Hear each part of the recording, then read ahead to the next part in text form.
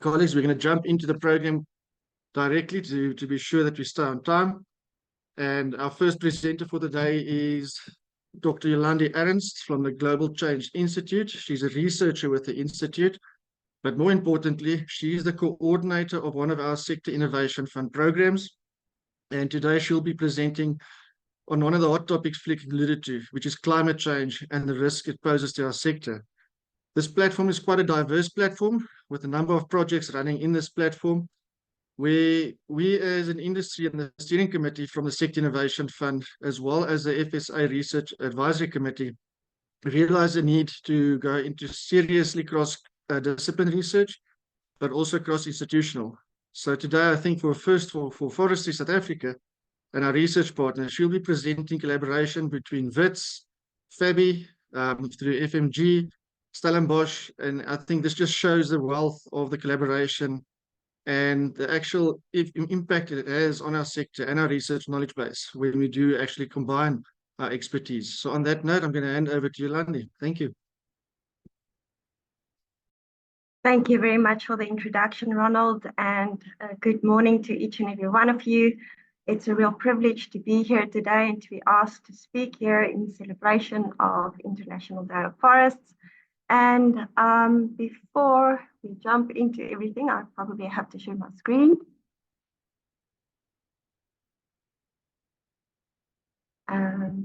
Which is not possible.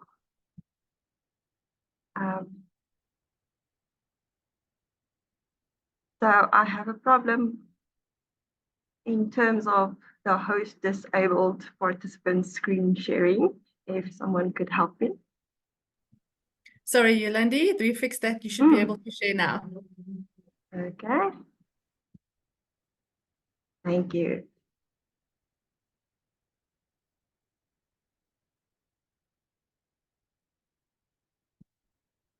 Okay. So I assume everyone can see my screen. So today, I will start off with a short overview of the risks associated with climate change. Many of you may have seen some of the content during the past year because we've been quite busy interacting with industry and everyone that is related to forestry. Sorry, I am going to not share my screen. Okay. Let's see how the connection goes. Sorry. So many of you may have seen some of the content that we have been communicating to the industry during the last year. And as climate scientists are often criticized for being all about the doom and gloom, I would like to focus more on some of the cutting edge research that seeks to provide the solutions. Before I move on, I have to mention the core team behind the hard work. Prof. Mary Scholes from Wits University has been central to the development and execution of several forestry research initiatives. She's also the SAPI chair at Wits. Jacob Kraus and Louis Titchell from SAPI, Sander Meiberg from the University of Pretoria, who's working very closely with Maria Mostert from Mondi, and finally then also David Drew from Stellenbosch University. The program also collaborates with many other people and organizations across the sector, and we would like to thank them all for their valuable contributions.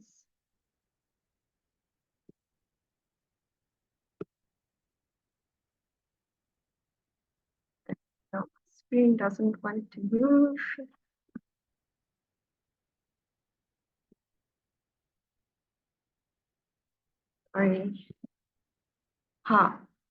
Okay. So climate change is no longer something that we need to believe in. Evidence is loud and clear.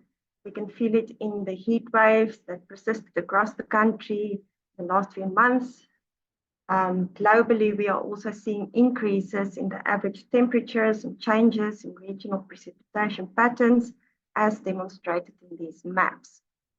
So on the left, we have projected spatial patterns of changes in temperature for different thresholds of global warming. In the top left corner, we can pretty much see what the world looks like today, since we are at the point in time where an average of 1.5 degrees Celsius warming has been reached for the globe. If the world persists on this high emission pathway, chances are good that we will see temperatures continue to increase. And to make this worse, South Africa is deemed a climate change hotspot. This means that we will experience temperature increases above the global average. So for example, when the global average temperature increases by 2 degrees, South Africa might see an increase of 3 to 4 degrees. When we look at the modeled rainfall on the right, we see increasingly drier conditions for South Africa as the projected average global temperature rises. And again, South Africa is one of the regions that will experience more intense drying than other parts of the world.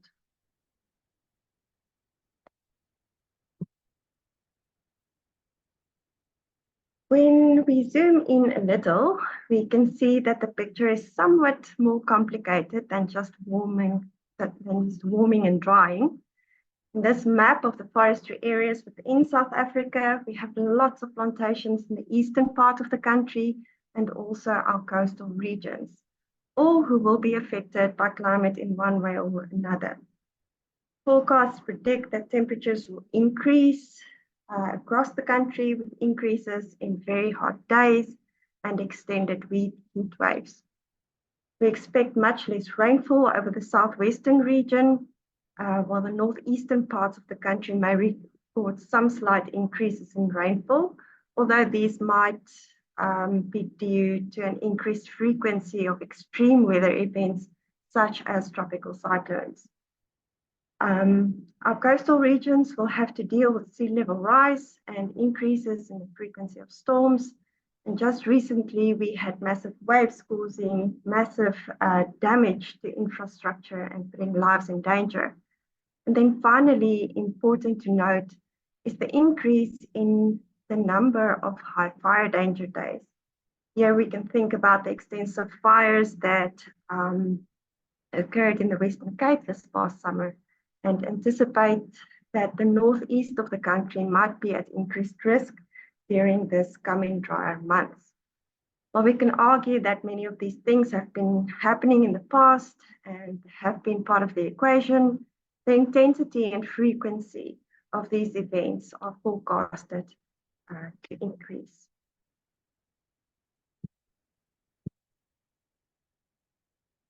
Okay, so what does this mean for plantation forestry?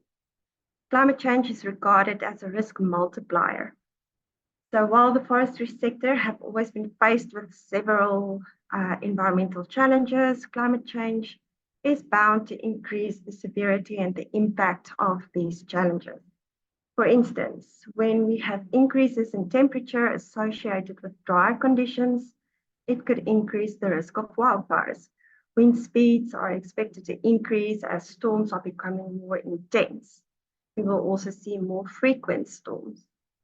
Prolonged drought will add pressure on the physiological functionality of plants, making them further susceptible to diseases and pests. Plant growth seasons may shift, so that could influence when we need to plant our seedlings. And the list goes on. But important to note is that climate change is going to proliferate the threats we know and may even present new challenges.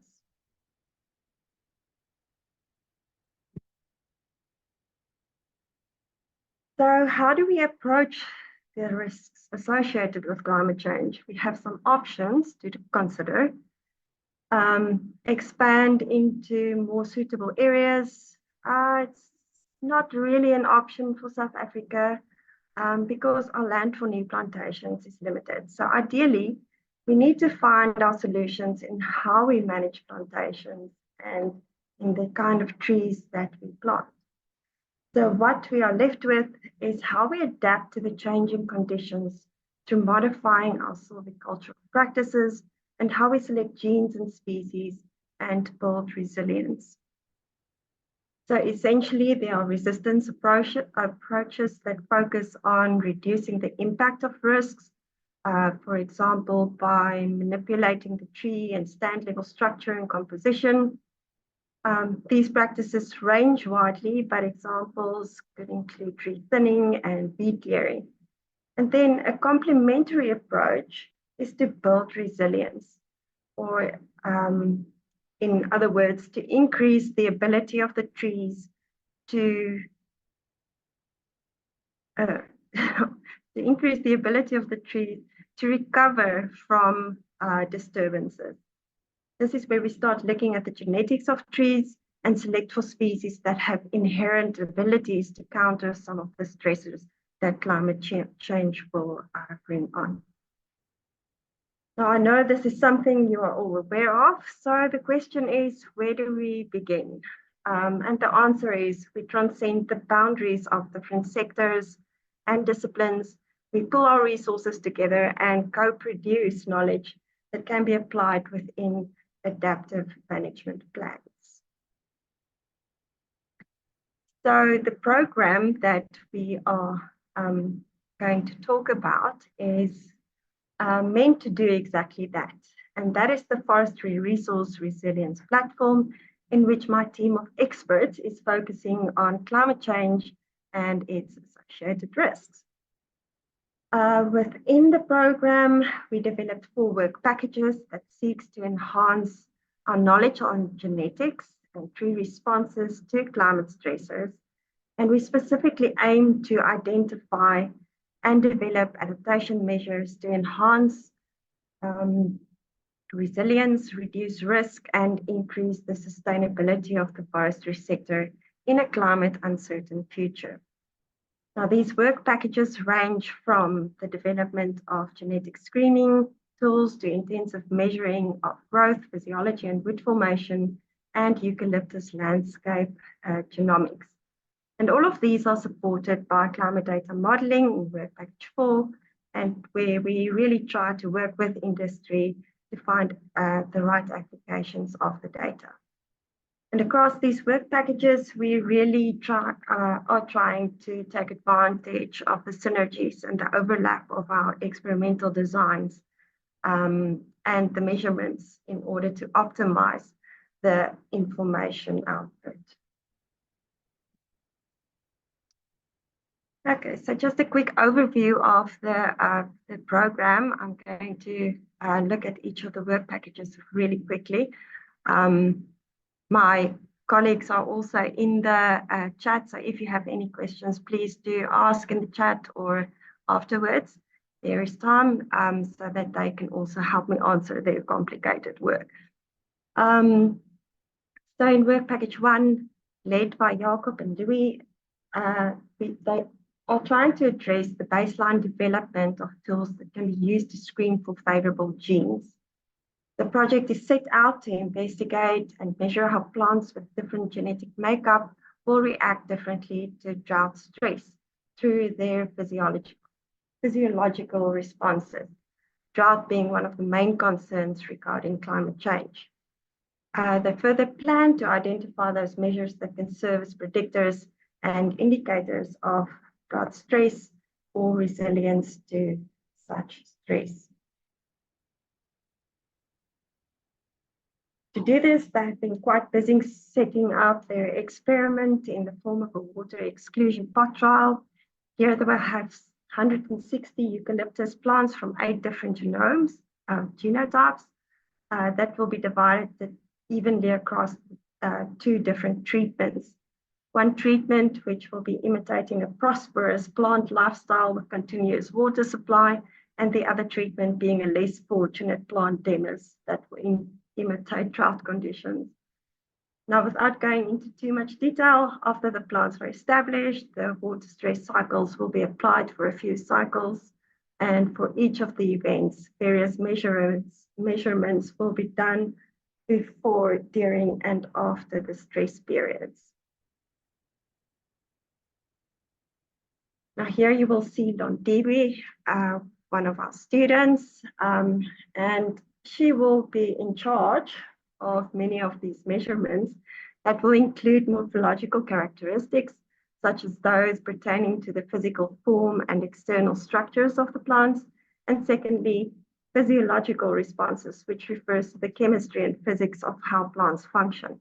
For example, photosynthesis, sap flow, and how the plants metabolize sugars.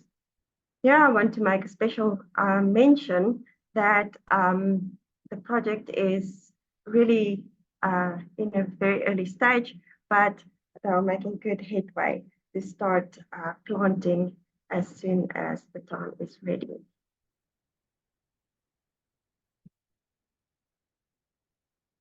So what I hope to achieve in this work package is to identify specific drought phenotyping tools that can be used for identifying certain responses to drought.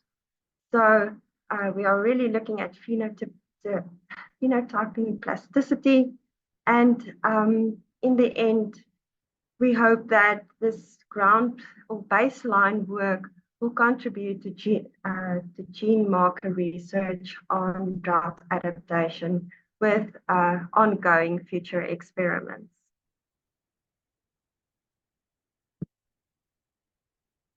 In work package 2, Dave and his team from Stellenbosch is in the process of establishing an open air laboratory called Impact.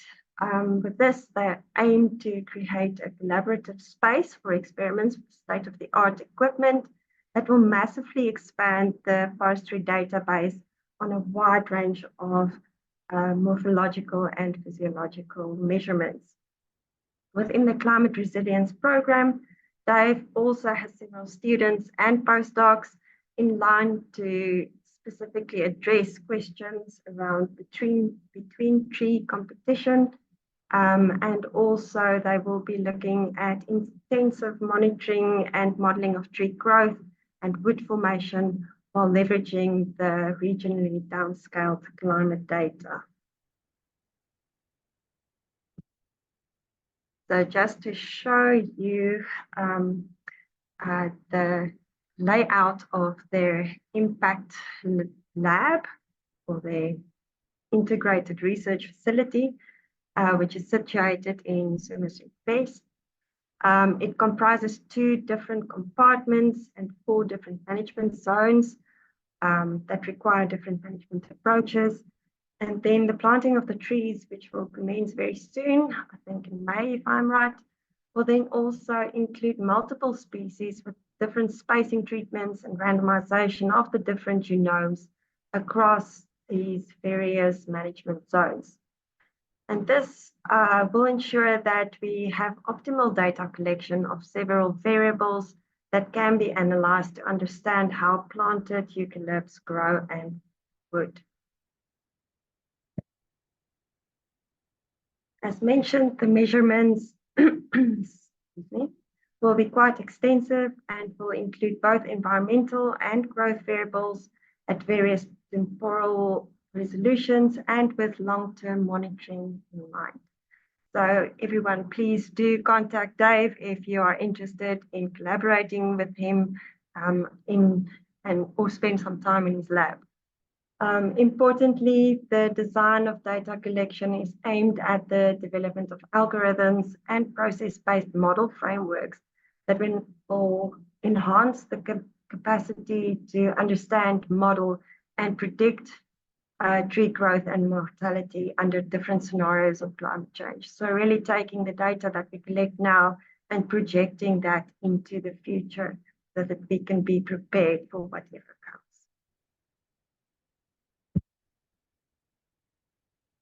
In work package 3, Sander and Maria leads a very comprehensive project on eucalyptus landscape genomics. Specifically, their team is leveraging genome diversity in Eucalyptus grandis to understand the genetics of genotype by environmental interactions.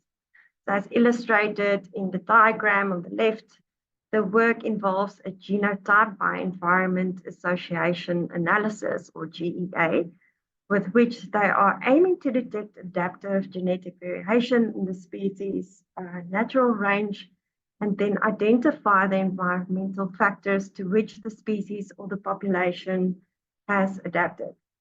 With this information, they will predict the impact of environmental changes on the species or population, both over time to capture the effects of climate change and over space to understand the impact of species occurring outside their natural distribution. And with this extensive knowledge base, it will then be possible to develop novel strategies to breed plants with the favorable genetic variation that will enhance growth and resilience within a climate change framework.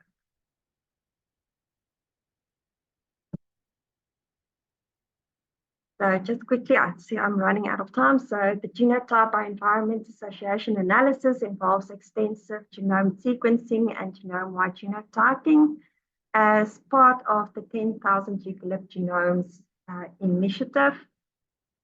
This includes samples from 21 provenances, mostly situated in Australia and South Africa's Midlands and Zululand. Along with the genome sequencing and genotyping, they're also measuring leaf and canopy level physiological and growth characteristics that will be used in the GEA analysis. So the expected outcomes of work package 3 include extensive genome sequencing and genome-wide genotyping, and the identification of the environmental factors that shape variation through the GEA analysis. This will help to inform gene conservation and molecular breeding strategies for the current and future conditions expected in South Africa. These long-term trials run more than 10 years, will also be made available to the international research community for expanded phenotyping beyond the traits that will be extensively measured by the hosting company. Finally, in work package 4, that is led by myself and Mary Scholes, and we are working towards continued output and processing of bioclimatic variables that are based on the Global Change Institute's regionally downscaled climate models. Working with the core variables that includes temperature, rainfall, relative humidity, and wind speed, we are closely engaging with industry to develop useful indices that can be used to predict future environmental conditions and risks. For instance, we have fire danger indices, soil moisture, and those kind of variables that we also can derive from the core variables.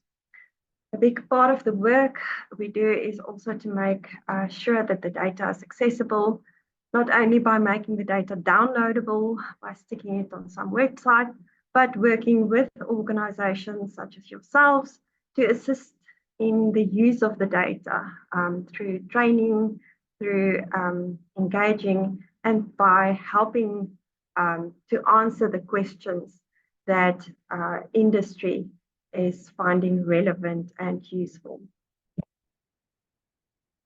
This approach to co-production of knowledge seeks to integrate the information we gain through the program across various scales, from plant cells to populations, and from field plots to regional landscapes. The value of this is that the knowledge we produce will be useful, relevant, and hopefully translate into management applications that can build climate resilience across the sector.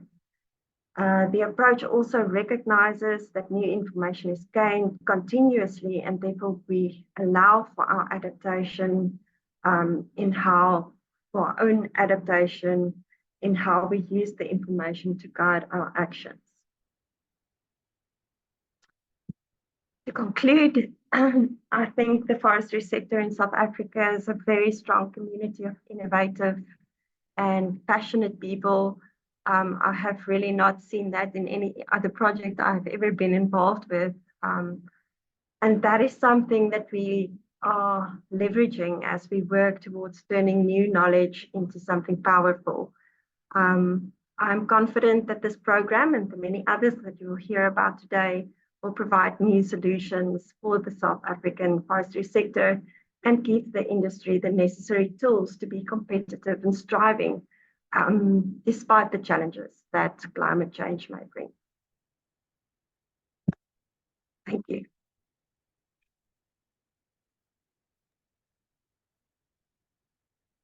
Thank you so much, Yolandi, for really capturing the work we're doing in this program quite nicely, and also expressing the value of it going forward.